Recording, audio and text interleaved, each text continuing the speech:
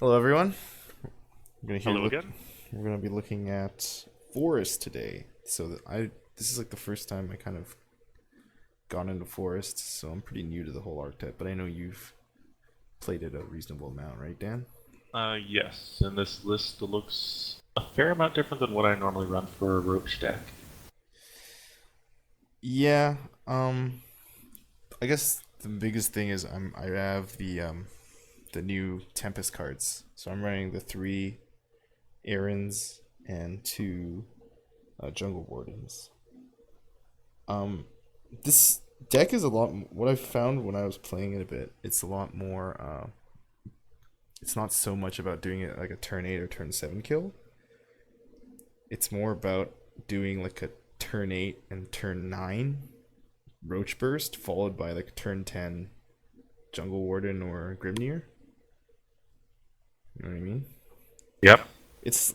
I feel like the older versions with the before the Goblin Mage nerf, it was more keen on trying to get like a turn 8 kill, right? Because just because of how consistent Goblin Mages were getting the roaches. So you could usually rely on having like the two roach turn 7, was it? Yeah, the two roach turn 7 with the two free fairies, so you can do like it was almost like 16 damage, right? With like two roaches, two free fairies, and nature's guidance was, I think that was like a lot of damage with an evolve point. But you Yeah. the Uh, I'm definitely a bit curious as to why you are running the Lisa and the Crystalla Lily. Because those will be searched up by the Goblin Mage as a toolbox, right? Yeah. Um I've seen a lot of top tier players. They've been using like Liza and Lily. And Lily's actually really good because the game you can't really expect to combo super early anymore, so you need a bit of removal. And Lily's actually really good in this meta right now because of how big like Dragon is and like Ouroboros is, and this card like deals with Ouroboros. And it's just a nice kind of, it's pretty useful against like certain cards in the meta. It's just, I don't know. I like it because you can tutor it, so it's like a, kind of like a toolbox. You can get like a nice hard removal spell, and yeah, I don't know. I think that's I, it's pretty good. I like having these little toolboxes because I'm a fan of that sort of style where you can like kind of like tutor for cool effects. Yep. Just like in Magic. Yeah, It's always been it's nice. kind of a cool combo thing. I like it, and this deck is not as fast anymore, right? Yeah. Like because of the Goblin Mage nerf, you can't expect to have its consistency is a little bit slower, but that doesn't mean it's not as powerful because it still can do a lot of bursts. It just has to maybe wait a little longer. And with cards like Lily and Aaron, it really helps you get to that point in the game where it just buys you a lot of time to set up, and that's what Aaron does. And Yeah, you, maybe explain more about your 5 and 6 drops here.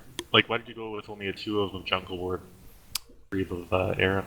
because Jungle Warden in the end, it's still a bit like your fives is pretty glutty, right? Because you want to run Finas, and running three Finas and three Jungle Wardens just seems really heavy, as well as like running Dance of Death and Will of the Forest. I mean, I could see cutting like a Dance of Death for Jungle Warden, but I'm just kind of playing really conservative right now because I don't really know the sort of extent of how much I need Jungle Warden. Also, I'm running the two Grimnirs, which are a bit of reach as well. Like they're not as like big heavy hitting as Jungle Warden, but it's still like usually you can just roach someone till they're like 4, right? I don't think it's hard to do that. You can definitely roach on like turn 9. You can roach someone to 4 if you have like if you set it up right. Definitely. And usually that's why I run Grimnir because these two Grimnirs kind of act like Jungle Warden number 3. You know what I mean? But on the plus side, Grimnir is also like a really strong early play because obviously it's a 2/3 ward for 3, which is like insanely good value. So I just run the Grimnirs and I run the Jungle Wardens and I run two. Yeah, that's the reason why I run two is because I'm running Grimnirs and Jungle Warden is not your best 5 drop play. Like you generally want to be enhancing your Jungle Warden. It's kind of like you don't want to be playing Jungle Warden on 5, but sometimes you Yeah. have to. Stronger 10 for sure. Yeah, you want to do it at 10, right? And like I'm already running like a bunch of fives already, and like this is like 8 5 drops, and I don't know. I could see cutting like Dance of Death if I don't need like I don't like Dance of Death either. It's not so hot, but I think I could cut Dance of Death for a Jungle Warden maybe. But this is kind of like a preliminary testing it. I just want to test the if how much I need Dance of Death. How good is Will of the Forest? Could be good, might not be as great. How good Liza and Lily are. But the core of the deck is pretty much like it's all there, right? Like the guidance, the maze, the fairy circles, glimmering wings, Sylvan Justice. As many goblin mages as you can play, ancient elf. Yeah, so it's it's pretty good. It's very obviously it's tough to play. This is a pretty tough deck to play, I think, perfectly. And in this game we're about to watch here, I actually make a mistake, and I get pretty lucky to kind of come out of it. But Oh. I think Is that this gonna be the Shadow Aggro?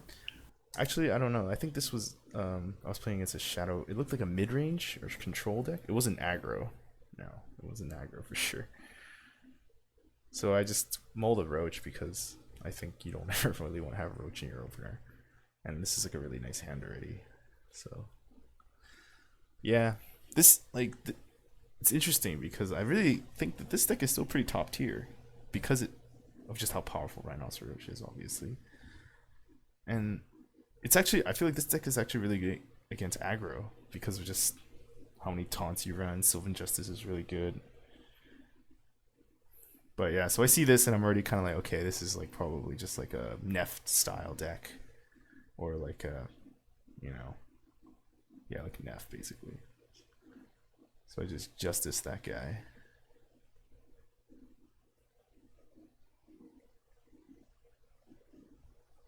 But he's just not really doing anything, which is kind of like throwing me off. So Really, no turn 3. so I'm just kind of like, what kind of hand did he keep here? Like, just like nothing. I'm like, what's going on? Well, I can't. I don't think I can really expect too much. I don't know what these guys are up to. So he's pretty low tempo right now. So I'm feeling pretty good. And I go for this. I don't know about this. Like I was thinking maybe I just play Fairy Circle and barf out some fairies, but I feel like this was probably better. I don't know. Like because he's not putting any pressure on me, I felt like I can take it easy. I don't need to like. Yeah, he was such a weird. Like, what kind of hand did he keep? Honestly, I guess he must have kept like Necro. Yeah, very odd plays. Yeah, I'm just like, all right. Here I was thinking about maybe if I should just roach this guy, but then I figured he's pretty low tempo, so I can afford to like save my roaches and try to kill him with burst. So I use my guy here just because I feel pretty good. This is just honestly I play this just because I want to get him to use his last Evo. That's like my main rationale. Even though he could just like zombie party it, but still that's good for me because it's pretty poor tempo wise for him, and he just howls me here, which is like, I was like, what? It was very. Oh, it's good in this case, I guess. It's good in this case, but I'm still like, I'm like, what am I playing against right now? Like, he played Howl in Zombie Party, and so he's definitely some sort of control deck. Yeah, with, definitely. With Phantom Howl, though, it's really. Roll with the removal. Doesn't care about tempo. I was thinking about going for a big hit here, but then I'm just like, nah. I'm just gonna. The mana wasn't great, so I just play my 3 drops. Like I was thinking maybe I can do like Fairy, Roach, Ancient Elf, but that just seems a little bit unnecessary. Howie? He cowies me. See, the power of Dance of Death, man. Just dance that mofo. Yeah, I really think Dance of Death might be a really important piece of this deck. You kind of need like hard removal sometimes because of just big boards and stuff like that, and like scary monsters like Bahamut or whatever. Plays Mordecai. Yeah, in that deck. And I'm like, oh no. I'm like shit. So I figure next. I feel like I have a good sequence here, right? Because I know, but I mess it up, and I drew that, and I know I can kill him in 3 turns, but I fuck it up here Oh, because I do yeah, this. you made the face, right? Yeah, I'm gonna hit the face, and then I should have played Fairy Circle, not another fairy, because now I can't Ancient Elf after I cast the Roach. Oh, yeah. So I needed to play Fairy Circle, and then like I feel like here I was like I gotta push here because I'm not gonna win the long game. So I pushed. I pushed here with this evolve. But yeah, if I had played Fairy Circle instead of Ancient Elf, or if I played Fairy Circle instead of a fairy, like I can play Ancient Elf and then bring everything back, and then next turn Next turn you'd have the combo, he'll have a yeah. combo again. And if it wasn't even if it wasn't enough, I could play Grimnir on 10 to do him like the final points. Like I would have been able to do like 8 or 9 damage there, bring him to 2. Yeah. Oh, jeez, now the death. But he didn't have enough shadow, That's right. which is good for me. So I just gotta like I'm like okay, I just gotta shields up You're- really. Yeah, you're definitely not in the clear right now. No, I screwed up. Like I know right What's there. up? I like fuck. I could have won. This game was in the bag, right? If I had just played that sequence properly, but I screwed it up. But it's okay. I think I'm not like great right now, obviously, because if I draw a Roach, then he's like in a lot of trouble. So I still have that. I have outs. Like I'm pretty sure any Goblin Mage gets me a Roach every. Yeah, I'm pretty. I'm not dead yet, but that was pretty ugly for me. Yeah, he's just Mordecaiing me. Goddamn Mordecai. And then what does he do here? He plays another Death's Breath. But This time he has the shadow. this time he has a shadow, but Yeah. I have Grimnir. Grimnir owns Death's Breath. It's so Oh, yeah. It's really weird. Whenever you play cast Grimnir with Enhance, it really lags the game. So this is what this is right now. And yeah, Grimnir with Enhance just like chop him down. This card is so good.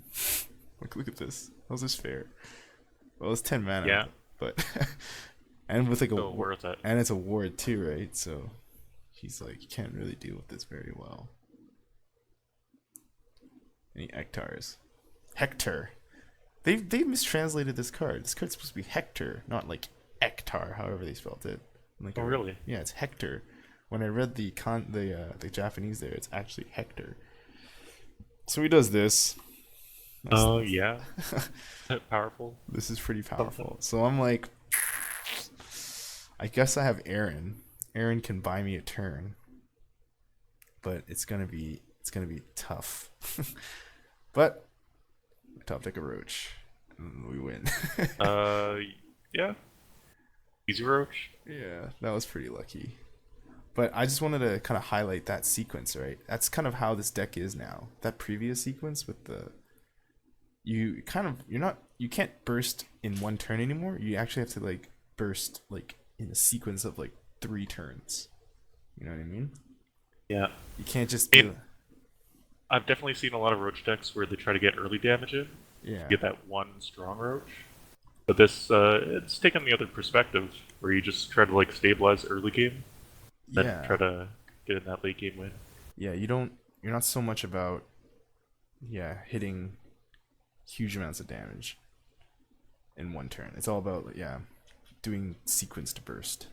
Yeah, I was thinking about playing a list with I was trying other forests lists that were doing like stuff with early drops and trying to be aggressive, but I found that it was really easy to run out of resources because you're just too aggressive, and then Yeah. And this meta is like so focused on anti-aggro, yeah. and then like late game stuff, like Yeah. Aegis and all that. Yeah, so far I've been enjoying this list, and I'm gonna probably keep tweaking it. But I think this is the route I want to take, where it's kind of like a slower pace, but you can organize and control your lethals in like over a stretch of like a couple turns. Like that was the sequence. Like I should have turn 8, comboed, played Ancient Elf. The next turn comboed again, and then turn 10 played Grimnir, and it's pretty sure he's gonna die, right? Like there's no way. It's really hard for that's like so much damage over a span of 3 turns. Yeah, that's Yeah. pretty good way of getting over that Death's Breath. Normally, people would have to run something like Silverbolt to get past that. Yeah. Yeah. All right. That's it. Thanks for watching. Thanks, Dan.